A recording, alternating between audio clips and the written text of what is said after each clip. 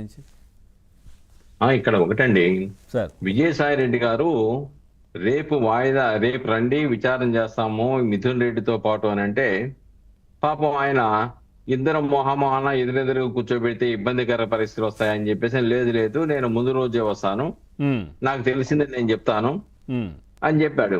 దానికి పాపం సిట్ వాళ్ళు అంగీకరించారు. సరే అన్నారు, వాళ్ళు ఇచ్చారు, వాళ్ళు 10 గంటలకు రావాలి. మరి ఆయన మానేశాడంటే ఆయన మీద ఏ ప్రభావాలు పనిచేసినాయి చెబుతాడా చెప్పడా? ఆ రోజు ఏమన్నా ప్రెస్ మీట్ లో చెప్పిన విధంగా ఆవేశంలో అన్నాను, దీనివల్ల వచ్చే పర్యవసానాలు నాకు తెలియలేదు, ఇప్పుడు ఆ పర్యవసానాలు తెలుస్తున్నాయి కాబట్టి నేను రాను అని అంటాడా? నాకు తెలియదని అంటాడా? ఎందుకంటే ఆ రోజు చాలా స్పష్టంగా చెప్పాడు, కసిరెడ్డే కర్త కర్మ క్రియ, పాత్రధారి సూత్రధారి ఆయనే.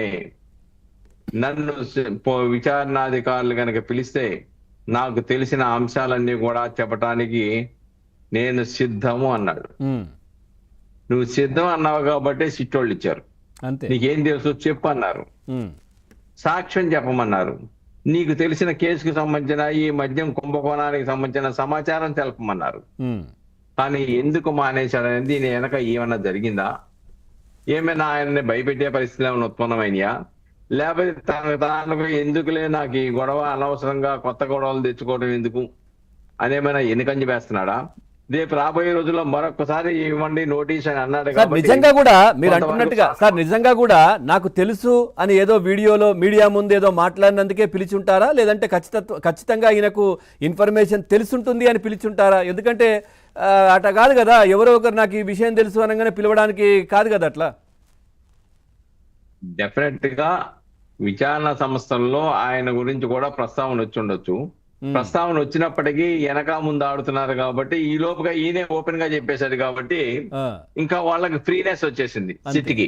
అంతే కాబట్టి స్వేచ్ఛగా నోటీస్ ఇచ్చేసి నీకు సంబంధించిన సమాచారం చెప్పమంటానికి అవకాశం ఏర్పడింది. ఈయనేం మాట్లాడకపోతే నోటీస్ ఇస్తే నాకెందుకు ఇస్తున్నారు, నాకేం తెలుసు అని హడావిడి చేసే అవకాశం ఉంటది. డెఫినెట్ గాను నా పాత్ర ఏం లేదు ఇవన్నీ చెప్తాడు. ఇక్కడ మిథున్ రెడ్డి దగ్గరకు వచ్చేటప్పటికి ఇది చట్ట ప్రకారంగా అన్ని కేసుల్లో ఇస్తున్న అంశాలు కోర్టుకి వెళ్ళవసరాలు. ఈ ప్రభుత్వం అధికారంలోకి వచ్చిన తర్వాత అనేక మందిని విచారించారు, అనేక మందిని అరెస్ట్ చేశారు.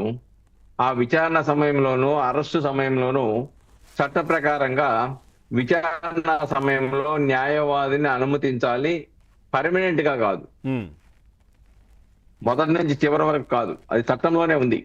ఆ చట్టాన్ని అమలు చేస్తున్నారు. చట్టాన్ని ధిక్కరించే పరిస్థితి కనుక విచారణాధికారులు ఈ రాష్ట్రంలో కొనసాగితే గతంలో లాగా ఈ పరిస్థితి ఉత్పన్నమవుద్ది. కానీ ఇప్పుడు ఆ పరిస్థితి లేదు.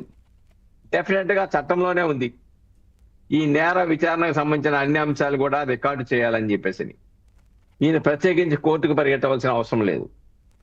డెఫినెట్ గా కోర్టు కూడా చట్ట ప్రకారంగా పర్మనెంట్ గా న్యాయవాదిని అనుమతించదు. ఓకే, మధ్యలో వీళ్ళు ఉండడానికి అనుమతిస్తుంది. రెండోది రికార్డింగ్ అనేది అది చట్టంలో ఉన్నది, కొత్త చట్టంలో స్పష్టంగా మెన్షన్ చేశారు కాబట్టి డెఫినెట్ గా చేస్తారు. అది పెద్ద ఆయనకి ఏదో రెమెడీ వస్తుందని మనం ఆలోచించవలసిన అవసరం లేదు. అంతే. రెండోది మిథున్ రెడ్డి రేపు డెఫినెట్ గా వెళ్తాడు.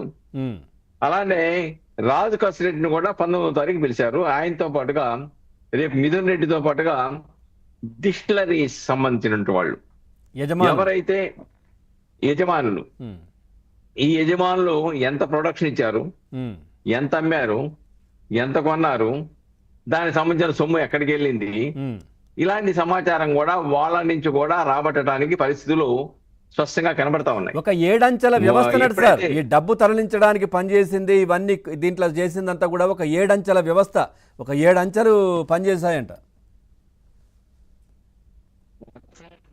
కొరియర్ సిస్టమ్ దీంట్లో పనిచేయకుండా ఇంత కుంభకోణం జరగడానికి అవకాశం లేదు. ఇక్కడ మనం చూసామండి, ఢిల్లీ కుంభకోణం 100 కోట్లు మాత్రమే. మన ఆంధ్రప్రదేశ్ లో జరిగిన మద్యం కుంభకోణంతో పోల్స్తే అది సముద్రంలో నీటి కొట్టు లాంటిలా కనబడుతుంది. అవును. కాబట్టి అక్కడ ముఖ్యమంత్రిని అరెస్ట్ చేశారు, ఉప ముఖ్యమంత్రిని అరెస్ట్ చేశారు, కేసీఆర్ కుమార్తెని అరెస్ట్ చేశారు, ఇంతమంది అరెస్ట్ చేశారు. దానికి వేల కోట్ల రూపాయలు కుంభకోణం జరిగింది. ప్రభుత్వానికి వచ్చే ఆదాయాన్ని కుంటుపడింది. అవినీతి